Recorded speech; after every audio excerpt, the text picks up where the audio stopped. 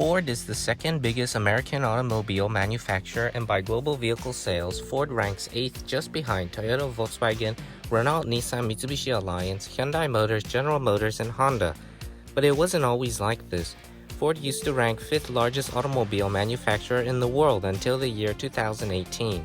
Each year since 2018 has seen falling sales of Ford vehicles. Besides falling sales, we also noticed that Ford doesn't have any cars in their lineup anymore. They are suffering from recalls and quality issues, and their cars aren't that competitive anymore. But what happened at Ford? Why are sales falling? What is Ford going to do about it? In this video, we will explain the reason why Ford has apparently downsized and what Ford could and should do to turn things around. In 2018, the last year of growing sales for Ford, Ford announced that they would be axing all their car models for the North American market in favor of SUVs. This came as a big shock to the industry, and most didn't take it seriously. That is, until Ford really started killing off its car models. First, it started with the C-Max being axed, then the Fiesta and Focus. Then the most upsetting axe came when Ford decided to kill the hot-selling Fusion sedan, also called the Mondeo in Europe. A lot of people were upset that such an iconic hot seller would be killed off like that, but Ford assured stockholders and customers that they had a strategy. The strategy was that Ford would focus their research and development investment for SUVs and would abandon investments in cars to save costs. Ford saw a global rise of the popularity of SUVs, and they decided that the best decision would be to focus their investment on SUVs. Ford also realized that SUVs were more profitable than conventional cars, thanks to the high demand and higher price tag of those vehicles. Corporately, the idea of focusing investment in profitable, trendy vehicles sounded like a good plan, and the public, even until now, believes that Ford had made the best decision. However, there are a few drawbacks to this strategy, and we'll just see what they are and how it's impacting Ford sales in a negative way. When Ford abandoned their car project, or so they did just for the American market, they were able to somewhat move their R&D investment toward SUVs.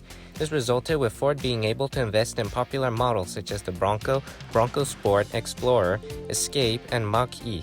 Sales of Ford SUVs were able to take off, and things were looking good until flaws in their strategy started appearing. When Ford invested in SUVs, they somehow oversaw the importance of also investing in quality. After the first few new models of the Bronco, Bronco Sport, Escape, and Explorer were sold, Ford quickly started accumulating consumer complaints on the quality of their cars. This was a big misstep for Ford, and even till this day, Ford is struggling with their quality issues. Besides quality, another flaw in the strategy was the vulnerability the company was being put in with the discontinuation of cars or vehicles of the lower price segment. People who couldn't buy more expensive SUVs were left to choose either to shovel out more money to get a Ford SUV or to simply go to a competitor brand who did offer what they could afford. Many unfortunately chose the latter of going to competitor brands for cheaper vehicles. Ford's misstep was not to come out with a vehicle for a cheaper price segment, leaving them vulnerable to being surpassed by competitors who still stayed in the segment. A fourth misstep for Ford in this strategy was the fact that Ford vehicles, although very fun and iconic, were just not worth killing the cars for. The Bronco is actually a very good competitor to the rival Jeep Wrangler, and in many ways is far ahead in technology and features. But the rest of the lineup, such as the Escape, Bronco Sport, and Explorer, were just lackluster in comparison to competing vehicles such as Toyota or Honda. Sure, they are very good vehicles, but just not exceptionally good as what we consumers expect from a company who just dedicated themselves to that specific segment. For example, the Bronco Sport, although competitive in pricing and features, just isn't the vehicle that Ford needed to kill off all our beloved cars for. The platform for the Bronco Sport is actually one that was already being used from the Escape, of which, although a very good platform, didn't require the heavy investment that Ford claimed they needed. What Ford actually just did was that they killed off a whole cheaper car segment, putting themselves at risk of losing customers in that segment just to give us good SUVs, but ones that didn't require a whole ton of investment. A lot of research and development also went to the Mach-E also, which in the end was below par competitive EV. Ford, instead of investing in SUV and EV platforms to share with many vehicles across that segment, poured millions of dollars to the Mach-E, which itself was a lackluster vehicle. In these ways, Ford completely wasted that research and development money that they had collected from discontinuing cars. The results of the Ford strategy were a mixed bag. Ford promised to come out with competitive SUVs, which they did follow through on. However, their new SUV models ended up not requiring as much money as Ford anticipated would cost to make.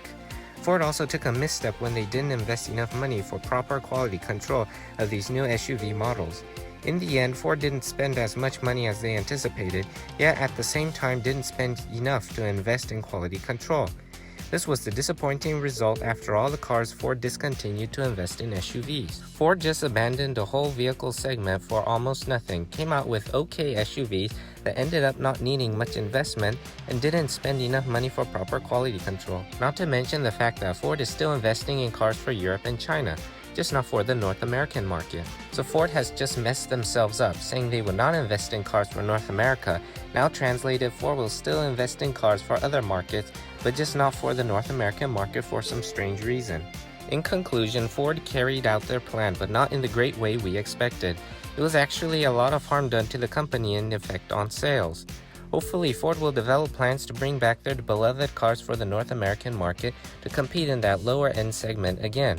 What do you think of Ford's strategy on focusing solely on SUVs? Do you think the plan worked out as you expected? Do you think Ford flopped? What would you have done? Or what will you do if you are in Ford's current situation? Let me know what you thought down in the comments. Also, if you have advice on how to improve videos, please share. Thanks for watching.